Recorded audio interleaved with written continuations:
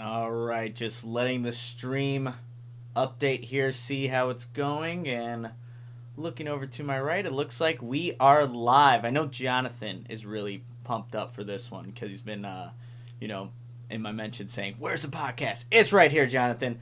Welcome back, Bears fans, to another episode of the Chicago Audible podcast. I'm your host, Nicholas Moreano, here to give you another training camp report, day 4. Third day of the open practices here from Halas Hall. So just to paint the scene, and we're going to get right into Bears talk and kind of save the Manscaped ad for a little bit later in the show, but let me just paint the scene, just tell you what it was like there at Halas Hall. Very similar to the first two open practices where fans were in attendance, roughly the same amount of people, plenty of open seats in the stands, unfortunately. I know Matt Nagy actually went over to a section and was wanting, the fans just to make some noise for the team.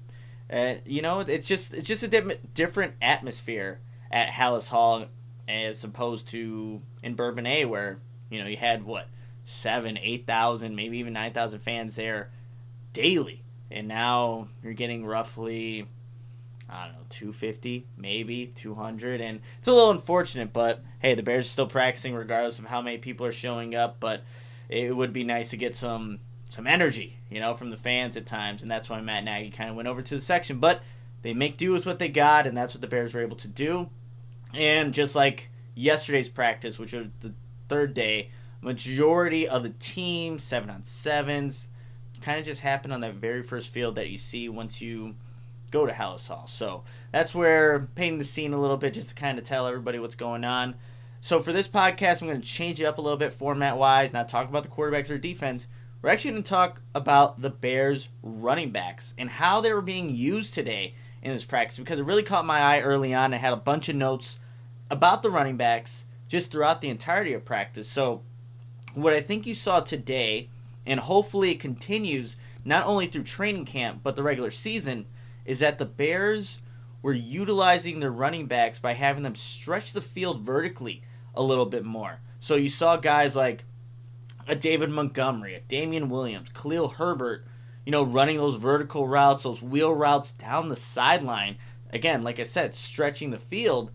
And one of the best throw and catches on the day happened on one of those types of routes, a wheel route. It was Damian Williams running a wheel route down the right sideline against Roquan Smith, one of the better covered linebackers in the NFL, and Andy Dalton dropped an absolute dime to him down that right sideline in 7-on-7s. And, there's not very many running backs that can run that route and get it completed and be able to separate from Roquan Smith. I think there was a clip that the Bears posted, I don't know, it's probably a good amount of time now, but they had Roquan Smith mic'd up, and he said, you can't run that route on me. Damian Williams was able to run that route, create separation, catch the ball, and ultimately score in that 7-on-7 period. But it was nice to see those type of guys, the three guys that I mentioned, and of course you can add Tariq Cohen into the mix once he gets off the pup, but David Montgomery, Damian Williams, rookie Khalil Herbert, running those vertical routes, those wheel routes, and utilizing the running backs in the passing game, because all three of those guys, plus Tariq Cohen, are definitely capable of stretching the field vertically. There was also, and this is in the install period, the just running routes on air, but I saw Justin Fields had a nice pass to Khalil Herbert in individual drills just on a vertical route. But just seeing that is encouraging. Let's see if it happens and kind of, continues into the regular season and also obviously throughout training camp. Another thing, and I'm not going to say too much on this, I don't want to honestly get in trouble or anything, but you saw the Bears and the running backs working some of the Wildcat stuff. And I'll kind of leave it at that. You can use your imagination to kind of see what was going on, but there was running backs, they were utilizing the Wildcat. Will that be, used throughout the regular season? I have no idea, but that was also happening for the running backs in day 4 of practice. All right, I promised that the Manscaped ad wouldn't come right in the very beginning. It's coming in right now. So, obviously, you guys know the Olympics, Euros, baseball, major championships, and concerts are all in this summer. You know what isn't? I know you know. A wild and hairy bush. Tame your pubes with help from our friends at Manscaped, the leaders in below-the-waist grooming. Their 4th-generation performance package includes, as you know, the brand new Lawnmower 4.0. If an athlete treats their body like royalty, why not treat your pubes like Olympic gold? Guys, do right by your balls and join the 2 million men worldwide who trust Manscaped by going to manscaped.com and using the code FANSIDED20. After trimming your pubes, show them some sportsmanship with Manscaped's liquid formulations. The Crop Preserver, Ball Deodorant, and Crop Reviver Ball Toner are the key to feeling victorious this year. Manscaped also threw in free gifts to their performance package, the Manscaped Boxers and the Shed Travel Bag. So, of course, you can go to manscaped.com and use the code FANSIDED20 to get 20% off and free shipping. So remember, use the code FANSIDED20, 20% off, free shipping, and you'll be feeling victorious this season. And for people who listen to the Chicago Audible, Will and I, we love Manscaped. And if you use that code FANSIDED20, it just helps us out. So definitely check it out if you haven't already. All right, getting back into football talk and kind of staying with the offense here. We have to talk about the quarterbacks, you guys. And, you know, this was I would say an interesting practice for me just evaluating these guys because I don't think they necessarily had a bad day or necessarily had a good day. And, you know, I'll just kind of go and stick to what I have in my notes before I just ramble on here about the quarterbacks. But we'll start with Andy Dalton here. Like I mentioned earlier in the show, arguably had the best pass of the day, hitting Damian Williams on that wheel route against Roquan Smith. But what you notice now, 4th day of training camp, 3rd day of being open practice, Andy Dalton has figured out his go-to guy, and this is no surprise. It's Allen Robinson. I feel like any quarterback that has worked with Allen Robinson knows that's a safety blanket. That's a secured first down. That's a reception, whatever it may be. You could definitely tell that Andy Dalton has already built that rapport, that chemistry, and that trust, ultimately, with Allen Robinson. He connected with Robinson on a play where Artie Burns was in coverage in the middle of the field. In team drills, Dalton connected with Robinson again. Marquis Christian was in coverage. So it didn't really matter because Allen Robinson and the Bears have been kind of putting him all over the place, which to be expected too. But Dalton trusts Allen Robinson, and that's really not a huge surprise because any quarterback that gets an Allen Robinson, you're going to want to utilize him whenever you can. So that was, obviously it's nice to see that happening right now. Also, just on like some of the situational stuff that the Bears had, the offense, defense kind of running in team drills. There was a 3rd down in 7-on-7. You could hear Coach Nagy saying, third down and 6. Dalton was able to find a Javon Wims for a 1st down just to kind of convert the chains and keep the offense going. And because I mentioned Javon Wims, he did go down with, and I don't want to speculate, a lower leg injury. Looked like an ankle, but he did walk off under his own power and into Hallis Hall there. I don't know if Matt Nagy has talked about any updates with that, but Javon Wims did go down there. And then arguably the biggest play of practice happened. It happened with Andy Dalton, but it was an interception by, as Will said earlier during, when I was covering training camp, my guy Deion Bush. So what Andy Dalton was trying to force a pass into Cole Kmet, who was in the end zone, back left corner, but Deion Bush jumps the route, gets an interception, and then the turnover bucket comes out. And so if you guys didn't hear Matt Nagy's press conference this morning, kind of revealed what this is. So basically, if anybody's played football, you know those hampers that you have? They're usually, I don't know, ours, I think at Waukegan were blue, but they're a hamper with the wheels and stuff, and you throw your dirty laundry in there.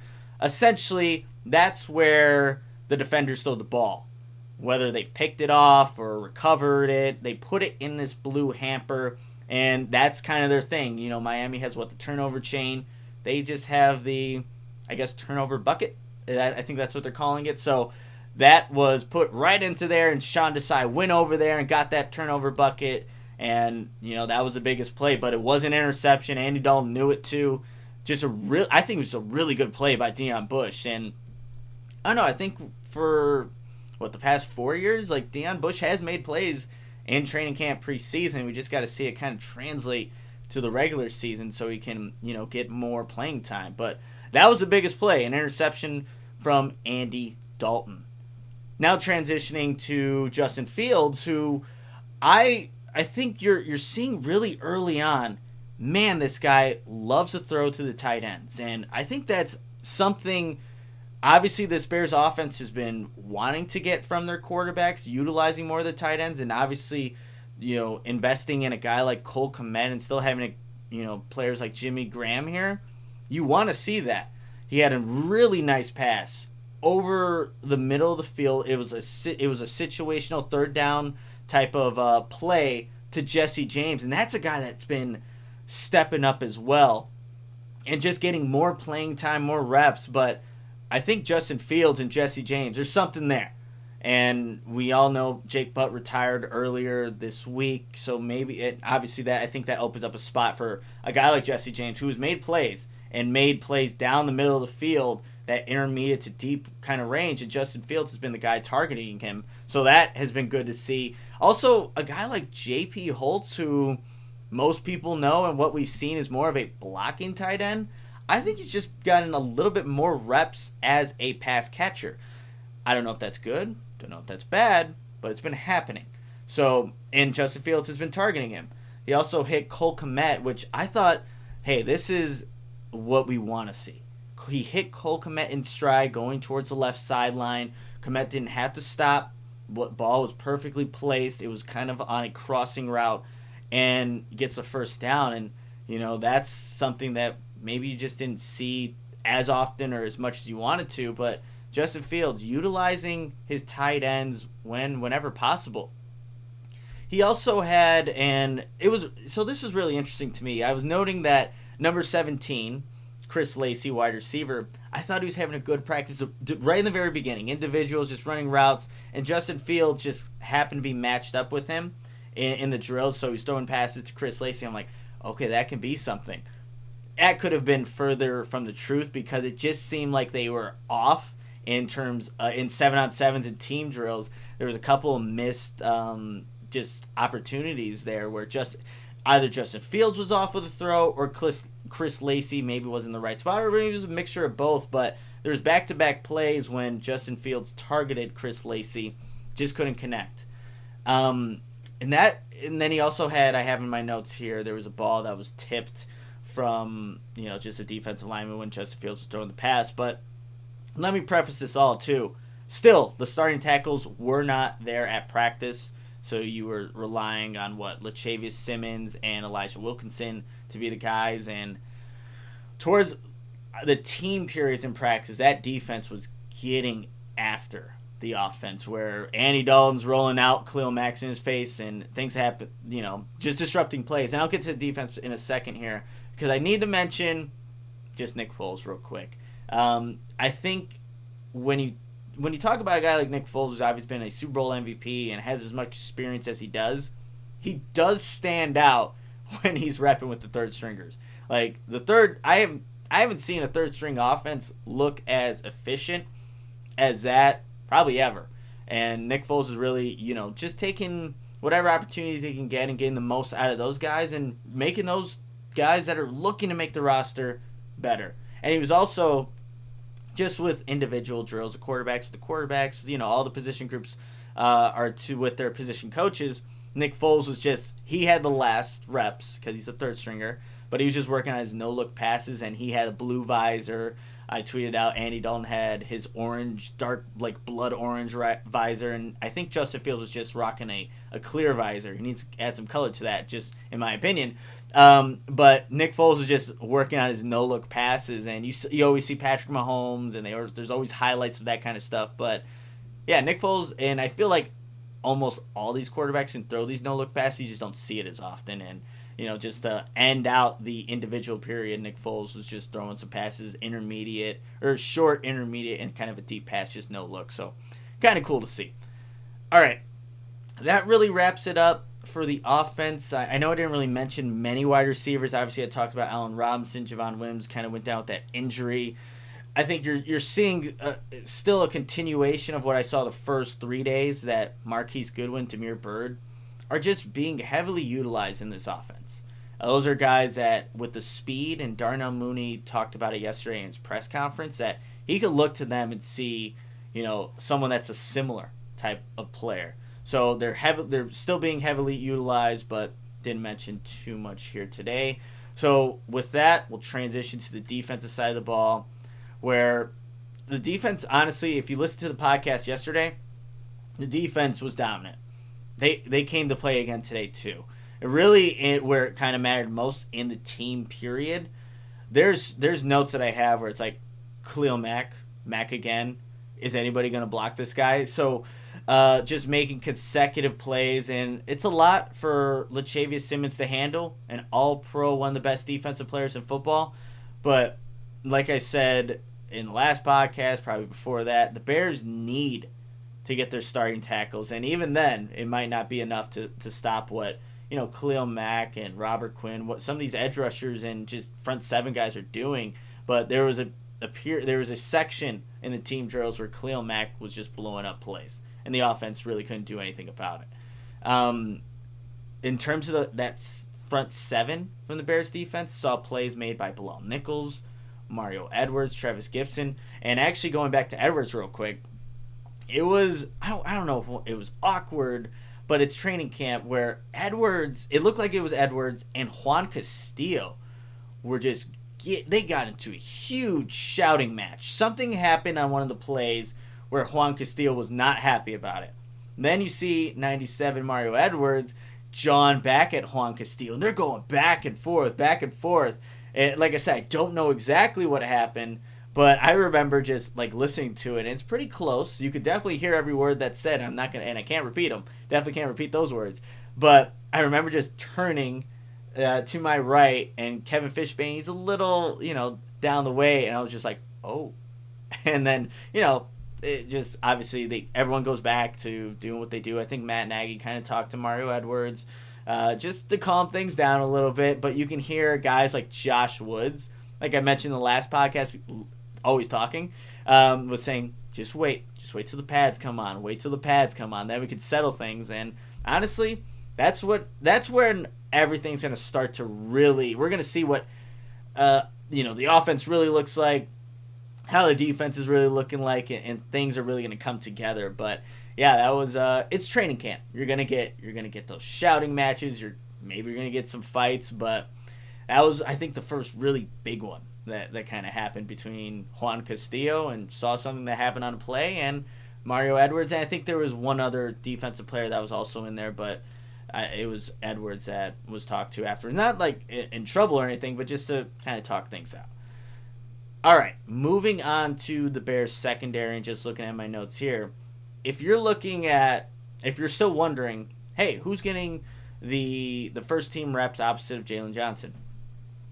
It's Kindle Vildor and it's Desmond Trufant. So those guys, it depends on the drill. It depends. Honestly, depending on the drill, one of those guys will go in, one of those guys will go out, and some guy will be getting the first team, another guy will be getting the first team reps. It's the Bears, like I said in the last podcast, are still figuring that out. I even saw Artie Burns getting first team reps alongside Jalen Johnson. So, like I said, interchangeability, and depending on the drill, that's how you're kind of determining what DB, what cornerback is getting those first team reps. Speaking of Artie Burns, what you kind of saw both ends of the spectrum from him. I saw, look, he's going against Allen Robinson. He was beat by Allen Robinson in the middle of the field. That's going to happen. But he also made a nice play on a deep ball and knocked it out of Chris Lacey's hands, and defense got amped up at that. And there is some, I don't know what to call this, but newness, I guess, and that's not even the best word, but the nickel cornerback position is also something where the Bears are trying to figure out who's going to be that guy.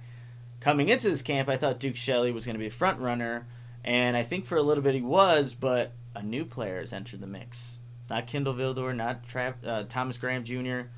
It's Marquis Christian. he's been getting reps with the ones at the.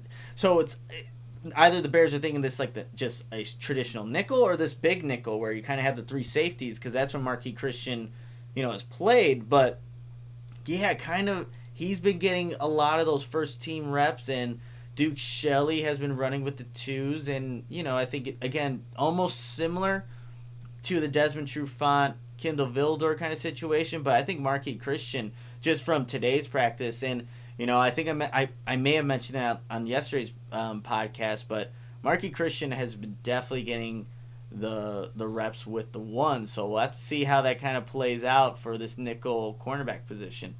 Also, another guy that got some first team reps, and I don't know if this is due to is Christian Jones, and I don't know if that's due to Danny Trevathan getting a breather or what it may be, but yeah, I saw Christian Jones alongside Roquan Smith, and look, he looked comfortable out there, and he made some plays. He was able to bat down a pass, I think, from Justin Fields. He doesn't look out of place. Definitely a guy that's obviously had some years in the league now, and a second stint now with the Chicago Bears. So he got some reps with the ones that I saw, but that really, I think, is a big takeaways. There's actually, there was a play, going back to that turnover bucket. It was on 7-on-7s, and it was Tease Tabor. Let me see, just checking the roster here. Tease Tabor, yeah, who was able to cause a fumble on one of the receivers after he had caught the ball, and Tabor picks up the ball, is running, and that's again the turnover bucket comes out. But then you also hear Mike Fury's kind of yelling out to the defense like, the ball was out of bounds, the ball was out of bounds. So just saw some guys really, I think that defense just kind of still staying animated like they were yesterday and being just rallied up to see those turnovers happen. And there honestly wasn't too many turnovers. Like I said, Deion Bush and that fumble, but when they are made, the defense definitely lets you know about it. That's as they should. And then just one last note here from day 4 of training camp. Cairo Santos, who usually they have him kick before the team goes into a team period, 11-on-11. 8 of 8 on his field goals, building off that 9-9 performance from yesterday. And I know on yesterday's podcast, I said I didn't know if one of the field goals went in just from my vantage point. Couldn't really tell, but I know it was, believe it was Brad Biggs who tweeted out either today or yesterday that Cairo Santos went 9 for 9. So really, just wanted to make sure and clarified that he is still remained perfect, which is obviously great to see from Cairo Santos. And you can hear some of the players just yelling out, "Come on, Cairo, come on!" Like they're trying to get in his head, and as they should, like just to get him off his mark, try to make him as uncomfortable as possible, and seeing that he can handle the pressure of just his own teammates and make those field goals. All right, well, that was really the main takeaways from day 4 of Bears training camp. And luckily, and I'm going to say this because it's so true, like the Bears are off tomorrow, and I'm actually thankful for it. These are long days. I get there to get to the parking lot at Hallis Hall. You have to get there before 7:15. Practice doesn't start till 9. The press conferences start at 8:30 before practice. Obviously, you're watching throughout practice. I don't know if you can tell, but and with this lighting that I have, it's terribly set up. Like I'm getting a tan out here, so it's just long days, and going and publishing the podcast. But the Bears are off tomorrow, and I believe on Monday the pads finally come on. So that is where, and Bill Lazor talked about this yesterday in his press conference, that's where you're going to see when things are really going to start to happen, and see how, this offense, defense really are coming together when the pads are on. And hopefully the Bears offensive tackles are somewhat healthy to play in practice, because we need to see what this offense looks like with them in the lineup. And then you have Tuesday, the Family Fest Day at Soldier Field. I do plan on being there. Let me know if you're going to be there. I think they'll have the media in the stands and say hi or whatever. But yeah, that's kind of what happened on day 4 of Bears training camp. Thank you. Actually, you know what? I don't know if anybody has any questions. Let me just check the chat here. Any word I win. Cliff, I wish I knew. I think what Matt Nagy was saying about when the starting tackles could show up is when the pads come on, especially with, or that's more so for Tevin Jenkins. That's what they were kind of saving him for. He's still dealing with that back injury, but that's what Matt Nagy was talking about, wanting to get Tevin Jenkins ready for when the Bears put on the pads. So hopefully that is Monday. Hopefully he is able to recover over the weekend and be ready for the first day of pads. But again, you have to wait and see how that all plays out. But I don't really see any more questions in the chat. So just want to thank everybody who has followed me for the Bears coverage throughout this first week of Bears training camp. It's about to come to an end here on Saturday because, like I said, the Bears are off tomorrow. But continue to follow myself at Nicholas Moreano and the Chicago Audible on Twitter. And Monday is scheduled. Will should also be in attendance, so he gets to go on a great first day of training camp when the pads get to come on. So we'll have double coverage, knocking that out, and just providing just great coverage for you guys to stay up to date with this team. But like I said, keep following us throughout the remaining of training camp, and of course the regular season, where we'll still be credentialed and be able to get that access that we've never had before. So really cool to see. I'm going to head out, but you guys enjoy the weekend. If you're a Cubs fan, hang in there, but I like the Sox, so let's keep it going. All right, guys, like I said from last time, or the first podcast I did, it kind of cut out at a weird time, so I'm going to sit here in silence again, but until then, bear down, Chicago.